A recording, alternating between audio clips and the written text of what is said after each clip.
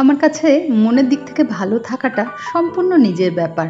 অনেক সময় পরিস্থিতি হয়তো সাথ দেয় না, কিন্তু সেটাকে সেইভাবে নিজের মতো করে সাজিয়ে নিলে সেইভাবেই কিন্তু ভালো থাকা যায়।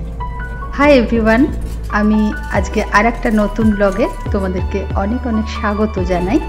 আজ আমার ভাইঝিরা এসেছিল বলে আমরা সবাই মিলে ভাবলাম একটু যাই, কাছাকাছি একটু ঘুরে আসি। অনেক দিন তো দূরে কোথাও যাই না, আর বাড়িতে বসে রয়েছি সবাই, ওদেরও একটু ঘোরানো হবে কাছাকাছির মধ্যে।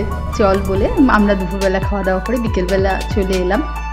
এটা ব্যান্ডেলেই পড়ে, এটা ব্যান্ডেলের রাজহাট এলাকায়। ওখানে লাহিড়ী বাবার আশ্রমে আজ এসেছি। যারা জানো না তারা চেষ্টা করো, কাছাকাছি যারা থাকো একবার অন্তত ঘুরে যেতে, দেখবে। আমরা তো অনেক দূরে দূরে বেড়াতে যাই, অনেক দূরে দূরে ট্যুর করি, অনেক টাকা পয়সা খরচ করে, কিন্তু কাছাকাছির মধ্যেও যে এত সুন্দর, এত ভালো রকম সাজানো গোছানো জায়গা আছে বা সময় কাটানোর জন্য একটা দিন ভালোই কাটে, সেটা অনেকেই হয়তো আমরা জানি না, বা সেই কারণেই আমি বলছি। ব্যান্ডেল স্টেশনে নেমে যে কোনো অটোকে বললেই রাজহাট লাহিড়ী বাবার আশ্রমে এসে উপস্থিত হওয়া যায়। হ্যাঁ, ওখানে টাইম আছে, বিকেলবেলা 4টে থেকে 6টা, আর সকালে খুব সম্ভবত 10টার থেকে 11টা। আমি এটা ঠিক জানি না, আমি একটু আন্দাজে বললাম। ভীষণ সুন্দর জায়গাটা। অনেক বছর আগের থেকেই আমি আসি, আমি প্রায় 5-6 বার এলাম, কিন্তু প্রত্যেক বছর আসার পরই না দেখি যে আরও কিছু নতুন নতুন সৌন্দর্য সংযোজন হয়েছে। প্রচুর মডেল, প্রচুর বাচ্চাদের জায়গা, খোলা মেলা, অনেক সুন্দর জায়গাটা। তো এই জন্যই বলছি, সবসময় যে ভালো থাকার জন্য দূরেই বেড়াতে যেতে হবে, দূরে বেড়াতে না গেলে আফসোস করব, এমনটা নয়।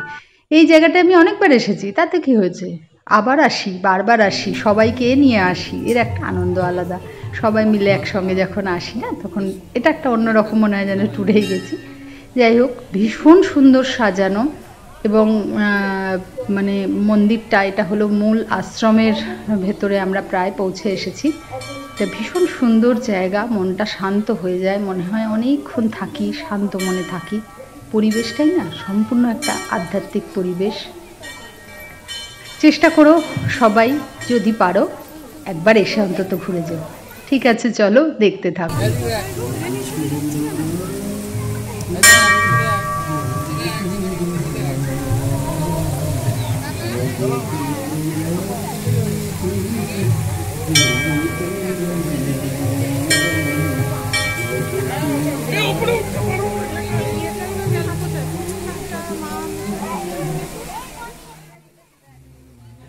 মা খুবই বেড়াতে ভালোবাসতেন একটা সময়।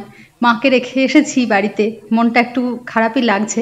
তবে হ্যাঁ, যেভাবেই হোক মাকে চেষ্টা করব একবার, আমার খুব ইচ্ছা আছে মাকে আনার। আসলে অনেকটা ভেতরে ঢুকতে হয় তো, এবং সেটা জুতো অনেকটা বাইরে খুলে রেখে মায়ের পক্ষে তো এতটা হেঁটে আসা সম্ভব নয় ভেতরে। তো সেই কারণে আমি তবে আনবো যখন ভেবেছি একবার, যদি ঈশ্বর সাথ দেন আমাকে, আমি অবশ্যই মাকে আর একবার বেরিয়ে নিয়ে যাব। আমার বড়দি আর মা এই দুজনকেই বাকি আছে আমার এখানে ঘোরানো। কাছাকাছির মধ্যে জায়গাগুলো না ভালো লাগে। ব্যান্ডেলের মধ্যে অনেক মন্দির, অনেক জায়গা, যেমন হংসেশ্বরী মন্দির, ব্যান্ডেল চার্চ, এগুলো তো আছেই। এগুলো মোটামুটি সকলেরই ঘোরা, কিন্তু এই জায়গাটা আমি সকলকে পারিনি, যারা আসে অনেকে জানে না তো। মা ব্যাগটা দেখো, এত কিনেও হয়নি, মনে হচ্ছে গাছটাকে কেটে নিয়ে চলে যায়। নাড়া দাও না যদি 2-3টে পড়ে। কিনেছি তাতেও হচ্ছে না, মনে হচ্ছে ব্যাগটা ভরলে ভালো। আর এখানে আসা যাওয়ার পথে প্রচুর আম লিচু গাছ ভর্তি, মানে প্রচুর বাগানের মধ্যে দিয়ে যেতে হয়। একটু গ্রাম জায়গা তো, ভীষণ ভালো লাগে। আমরা টোটো বুক করে এসেছিলাম। এরপর আমরা ওখান থেকেই একটু গঙ্গার ধারে গেছিলাম, ওখানে খানিকক্ষণ বসে রাত্রে সকলের জন্য একটু বিরিয়ানি নিয়ে এসে রাত্রের ডিনারটা যাতে সকলের হয়ে যায় সেই কারণে। আর আম লিচু বাগান থেকে একদম ডাইরেক্ট কিনে নিয়ে এসেছিলাম, ভীষণ ভালো ওখানকার জানি আমি, তো দেখতেও ভীষণ ভালো লাগছিল। তো আম লিচুর সময় আসলে একরকম সৌন্দর্য, শীতকালে আসলে এক এক রকম সৌন্দর্য। ঠিক আছে, আজকের মতো ব্লগটা এখানেই শেষ করছি।